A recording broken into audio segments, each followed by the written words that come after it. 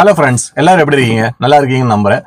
இந்த வீடியோவில் நம்ம பார்க்க போகிறது கிளச்சு சேஞ்ச் பண்ணக்கூடிய அவசியகதை என்ன, கிளச்சு எப்போ சேஞ்ச் பண்ணணும், கிளச்சு சேஞ்ச் பண்ணுறதுக்கு உண்டான கண்டிஷன்ஸ் என்ன, எத்தனாயிரம் கிலோமீட்டரில் மாற்றணும், எவ்வளோ ப்ரைஸ் ஆகுது கிளச்சு சேஞ்ச் பண்ணுறதுக்கு, கிளச்சு பிளேட் மட்டும் மாற்றணுமா இல்லை டிஸ்கும் பிளேட்டும் சேர்த்து மாற்றணுமா, எல்லா டீட்டெயில்ஸையும் நம்ம இந்த வீடியோவில் பார்க்கலாம். என்னோட வண்டியில் இந்த வாட்டி நம்ம கிளச்சு சேஞ்ச் பண்ணியிருக்கோம். லாஸ்ட்டு நம்ம டயர் சேஞ்ச் பண்ணிவிட்டு நம்ம ஊருக்கு போயிட்டு வந்தோம் இல்லைங்களா. ஊருக்கு போகும்போது கொஞ்சம் கஷ்டமாக இருந்தது. கிளச்சு ஆல்ரெடி கொஞ்சம் ஹார்டாக இருந்தது. அது இல்லாமல் கிளச்சில் கொஞ்சம் தான் இருந்தது. அதனால கிளச்சு வந்ததும் கிளச்சு மாற்றியாச்சு. இங்கே லோக்கல் ஓட்டுறதா இருந்தாக்கா நம்மளுக்கு ஒரு 10,000 கிலோமீட்டர் ஓட்டலாம். ஆனால் நம்ம நெக்ஸ்ட் ட்ரிப்பு போக வேண்டியிருக்கு ஊருக்கு. அது இடுக்கி டிஸ்ட்ரிக்ட் போக வேண்டியிருக்கு. அங்கே போகும்போது இந்த கிளச்சு வச்சுட்டு போக முடியாதுன்றதுனால மாற்றிட்டோம். இந்த டீட்டெயில்ஸ் வீடியோ நம்ம பார்க்கலாம். என்னென்ன மாற்றிருக்கோம், எதனால மாற்றிருக்கேன், எவ்வளோ காஸ்ட் ஆயிடுச்சு அப்படின்னு சொல்லி பார்க்கலாம். Welcome to this new video. பொதுவாக நம்ம கிளச்சு மாற்றுறதுன்னு பார்த்தீங்கன்னாக்கா, நம்ம முன்னாடி எல்லாம் வண்டிகளில் ஓட்டும்போது எப்படி 1,00,000 கிலோமீட்டர் 1,15,00,000 கிலோமீட்டர் எல்லாம் ஈஸியாக வந்துடும் கிளச்சு.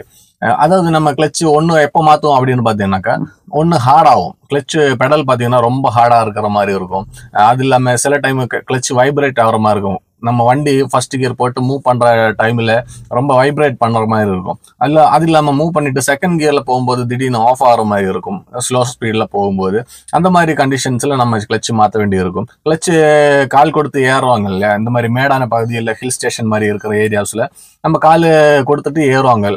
கால் லைட்டாக ப்ரெஸ் பண்ணிட்டு நம்ம ஏறும் இல்லையா, அந்த மாதிரி ஏறும்போது கூட வண்டி உதற மாதிரி இருக்குது, ஏறாது. அந்த மாதிரி இருக்கிற கண்டிஷனில் நம்ம கண்டிப்பாக கிளச்சு மாற்றி தான் ஆகணும். இல்லைன்னா நம்மளுக்கு ஹைவேஸில் போயிட்டு இருக்கும்போது பார்த்தீங்கன்னாக்கா ரேஸ் ஆகும். நம்ம போகக்கூடிய ஸ்பீடில் என்ஜின் ரேஸ் ஆகிற மாதிரி இருக்கும். நம்மளுக்கு இப்போ ஒரு 80 போகிறோம் இல்லை 100 போகிறீங்க அப்படின்னாக்கா, அந்த 100 போகிறதுக்கு உண்டான ரேசிங் இல்லாமல் என்ஜின் ஊன்றது ஓவர் சவுண்டாக ரேஸ் ஆகிற மாதிரி உங்களுக்கு ஃபீல் ஆகும். அப்போவே நம்ம கிளச்சு கண்டிஷன் மோசமாக இருக்குது அப்படின்னு நம்ம புரிஞ்சுக்கலாம். இந்த மாதிரி நிறைய சிச்சுவேஷன்ஸில் நம்ம கிளச்சு மாற்ற வேண்டி இருக்குது. அது இல்லாமல் உங்களோட வண்டியோட மைலேஜ் ரொம்ப அடி வாங்குற மாதிரி இருக்குது அப்படின்னாக்கா கிளச்சு தேஞ்சிருக்கு, கிளச்சு ஃபுல்லாக டேமேஜ் ஆகிருக்குன்னு கூட அர்த்தம். ஏன்னாக்கா நம்மளோட என்ஜினிலிருந்து பவர் ஃபுல்லாகவே டிரான்ஸ்மிஷனுக்கு வராமல் இருக்கிறதுக்கு இந்த கிளச்சு தேஞ்சிருக்கிறதுனால ஒரு காரணமாக இருக்கும். ஏன்னா ஃபுல்லு பவர் உங்களுக்கு ஈஸியாக வராது. அதனால நம்மளுக்கு மைலேஜும் அடிப்படும். இந்த மாதிரி நிறைய விஷயங்கள் இருக்குது கிளச்சு மாற்றுறதுக்கு. என்னோட வண்டியில் இப்போ என்ன கிலோமீட்டர் ஓடி இருக்குது அப்படின்னு பார்த்தீங்கன்னா 87,000 கிலோமீட்டர் ஓடி இருக்குது. 87,000 கிலோமீட்டரில் கிளச்சு மாற்றுறதா அப்படின்றது எனக்கு கொஞ்சம் இதுவாக தான் இருந்துச்சு. நான் என்னோட முன்னாடி வண்டிகள் எல்லாம் பார்த்தீங்கன்னா 1,50,000 கிலோமீட்டர் அதுக்கு மேலே தான் நம்ம கிளச்சை மாற்றிருக்கோம். எப்படி நம்ம டைமிங் பெல்ட் மாற்றுற டைமில் தான் நம்ம கிளச்சும் சேர்த்து மாற்றிருக்கோம். அந்த டைம்லலாம் கூட நம்மளுக்கு கிளச்சு ஓரளவுக்கு ஓடிட்டு தான் இருந்தது. நம்ம இந்த வண்டியில் 87,000 கிலோமீட்டரில் எப்படி கிளச்சு போயிருக்கு அப்படின்றது பார்த்தீங்கன்னாக்கா, ஒருவேளை மேபி நம்மளோட சிஎன்ஜி வண்டின்றதுனால இருக்கலாம். ஏன்னாக்கா சிஎன்ஜி அதிகப்படியான ப்ரெஷரில் ஒர்க் ஆகுது இல்லையா, அதிகப்படியான ஹீட்டு ப்ரொடியூஸ் பண்ணுது. அதிகப்படியான ஹீட்டு கிளச்சு ஆல்ரெடி ஹீட்டில் தான் ஒர்க் ஆகும். இந்த கிளச் ஒர்க் ஆகக்கூடிய டைமில் உண்டாகக்கூடிய ஃப்ரிக்ஷனில் உண்டாகக்கூடிய ஹீட் இன்னும் அதிகமாகும். என்ஜின் ஹீட்டு கிளச்சு ஹீட் எல்லாம் சேர்ந்து அதோட லைஃப்பை குறைக்கலாம்.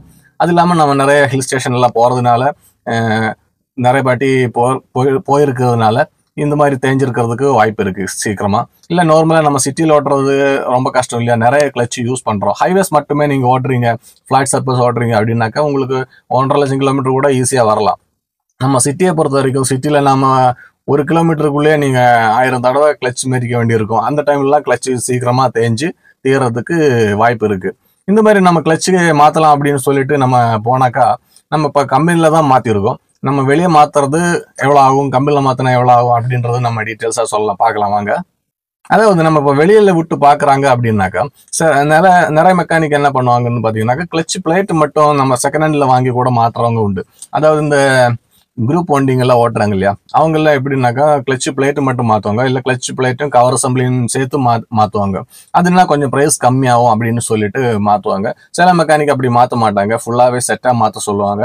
அதாவது நம்மளுக்கு கிளச்சு பிளேட்டும் அந்த கம்ப்ரஸ் பண்ணக்கூடிய ஒரு பிளேட் இருக்கு, கிளச்சு கவர் அசம்பிளியோட பிளேட்டு, அந்த ரெண்டும் தான் மாற்றும். அதுதான் ஒரு கிட்டா வரும். அது இல்லாமல் ஃப்ளைவீல்னு ஒன்று இருக்கு பாருங்க, ஃப்ளைவீலில் தான் இந்த கிளச்சு அமுங்கி அப்படியே ஒர்க் ஆகும். அந்த ஃப்ளைவீலில் இது தேஞ்சு பள்ளம் வந்துருக்கும். அது சின்னதாக இருக்கும் பள்ளம். அந்த பள்ளம்லாம் முன்னாடிலாம் ஃபேஸ் பண்ணிட்டு இதே ஃப்ளைவீல் போடுவாங்க. ஆனால் இப்போல்லாம் ரீப்ளேஸ்மெண்ட் தான், பள்ளம் வந்துச்சுனாலும் தூக்கி போட்டு புதுசு தான் மாற்றுறாங்களே தவிர எதுவும் ஃபேஸ் பண்ணிலாம் போடுறதில்லை இப்போ நிறைய பேர்.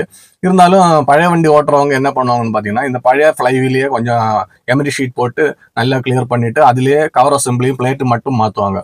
அப்படி மாற்றுறதுனால என்ன ஒரு பிரச்சனை வரும்னாக்கா, இப்போ உங்களுக்கு 80,000 1,00,000 ஓடக்கூடிய பிளேட்டு அடுத்த வாட்டி 40,000த்துலேயே உங்களுக்கு நின்றுடும்.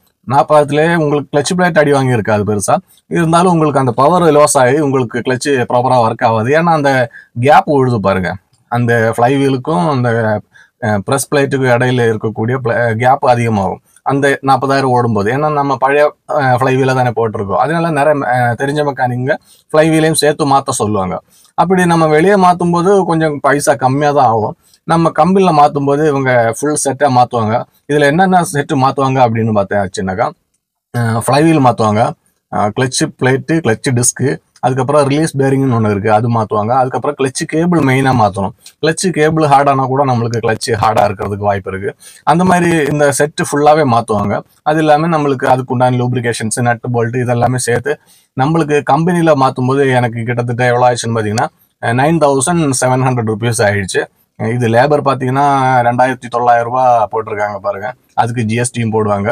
நீங்கள் வெளியே மாத்துறீங்க அப்படின்னாக்கா உங்களுக்கு ஜிஎஸ்டி போடாத மெக்கானிக் ஷெட்டாக இருந்துச்சுனாக்கா அது உங்களுக்கு கம்மியாகும்.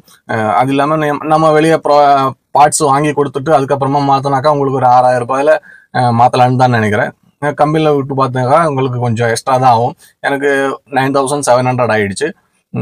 நம்ம பரவாயில்ல, சரி ஒர்க் நீட்டாக இருக்கிறதுக்காக நம்ம விட்டுருக்கோம். எப்படி இருக்குன்னு ஓட்டி தான் பார்க்கணும். இனிமேல் தான் இவ்வளோ அமௌண்ட் ஆயிருக்கு.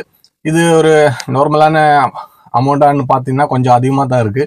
9,700. அவங்க 10,400 ரூபா போட்டாங்க. அப்புறமா லேபர்லேருந்து ஒரு டிஸ்கவுண்ட் எல்லாம் பண்ணி 9,700 அப்படின்னு சொல்லி கொடுத்தாங்க. இந்த டைமில் நம்மளுக்கு இந்த வெக்கேஷன் டைமில் நம்மளுக்கு இந்த செலவு வைக்கும்னு நம்ம எதிர்பார்க்கல. ஏன்னா இந்த ஸ்கூல் ஃபீஸு அந்த மாதிரி நிறைய செலவு இந்த டைமில் தான் நம்மளுக்கு வரும். அந்த டைமில் பார்த்து இந்த செலவு வந்துச்சு. டயர் செலவு, ஒரு டயர் இப்போ தான் இந்த மாதம் தான் வச்சுட்டோம் 10,000 ரூபா கிட்ட. இது ஒரு 10,000 ரூபா 20,000 ரூபா வண்டிக்குன்னே நம்ம எக்ஸ்ட்ரா செலவு பண்ணியிருக்கோம் இந்த மாதத்துலேயே. நம்ம அவ்வளோ ஓட்டியிருக்கோன்னு பார்த்தா அதுக்கேற்ற மாதிரி ஓட்டலை. நம்ம அர்ஜென்ட்டாக மாற்றினது ஊருக்கு போகிறதுக்காக நெக்ஸ்ட் ட்ரிப் இருக்கிறதுனால நம்ம மாற்றிட்டோம். அங்கே போகும்போது கொஞ்சம் ஹில்ஸு அதிகமாக இருக்கும். அதனால கொஞ்சம் மாற்றிட்டு போகிறது தான் சேஃபு. ஏன்னா நம்மளுக்கு வண்டி கண்டிஷனாக இல்லைனாக்கா நம்மளால் ஓட்டவே பிடிக்காது. என்னோட கான்செப்ட் அதுதான். நம்மளுக்கு உடம்பு சரியில்லைனாலும் 2 நாள் வெயிட் பண்ணி பார்ப்பேன் உடம்பு சரியாகுதா அப்படின்னு சொல்லிட்டு. வண்டிக்கு ஏதாவது ப்ராப்ளம் ஆயிடுச்சு அப்படின்னாக்கா கடன் வாங்கியாச்சு நம்ம வேலையை செய்வோம் அப்படின்றது நம்ம வண்டி பைத்தியங்களுக்கு தான் தெரியும். அதுதான் இந்த வண்டி மோட்டார் ஃபீல்டு இருக்கிறவங்களுக்கு தான் அந்த ஃபீலிங் தெரியும். வண்டிக்கு ஏதாவது ஆச்சுன்னா அது நம்மளால் பொறுத்துக்க முடியாது. நம்மளுக்கு அது எப்படியாச்சும் ஊட்டி பட்டியாவது நம்ம கடன் வாங்கியாவது செஞ்சுடுவோம். மற்ற விஷயங்களுக்கு தான் நம்மளுக்கு காசு இருக்கவே இருக்காது. சரி, உங்களுக்கு கிளச் மாற்றும் போது நீங்கள் பார்த்து மாற்றுங்க. கம்பெனியில் விட்றீங்களா இல்லை வெளியே விட்டு பண்ணுறீங்களா பாருங்கள். கம்பெனியில் விட்டால் இந்த அமௌண்ட் ஆகும். உங்களுக்கும் வெளியே விட்டாச்சுனாக்கா உங்களுக்கு தெரிஞ்ச மெக்கானிக் இருக்குது அப்படின்ற பட்சத்தில் கிளச்சு செட்டு ஃபுல்லாக மாற்றுறது தான் உங்களுக்கு சேஃபாக இருக்கும். திருப்பி ஒரு 1,00,000 கிலோமீட்டர் இல்லை 80,000 கிலோமீட்டர் ஓட்டுறதுக்கு உங்களுக்கு ஈஸியாக இருக்கும். ஃப்ளைவீல் மாற்றாமல் நீங்கள் கிளச்சு பிளேட்டு, கவர் அசம்பிளி மட்டுமே மாற்றினீங்க அப்படின்னாக்கா உங்களுக்கு திருப்பி ஒரு 50,000க்குள்ளே திருப்பி மாற்ற வேண்டிய சூழ்நிலை வரலாம். அந்த மாதிரி வரதுக்கு சான்ஸ் இருக்குது. அதனால ஃபுல் செட்டாகவே மாற்றி விட்ருங்க மாற்றும் போது. அதுதான் உங்களுக்கு சேஃபாக இருக்கும். இந்த வீடியோ உங்களுக்கு யூஸ்ஃபுல்லாக இருக்குன்னு நம்புகிறேன். நெக்ஸ்ட் வீடியோவில் பார்க்கலாம். பை.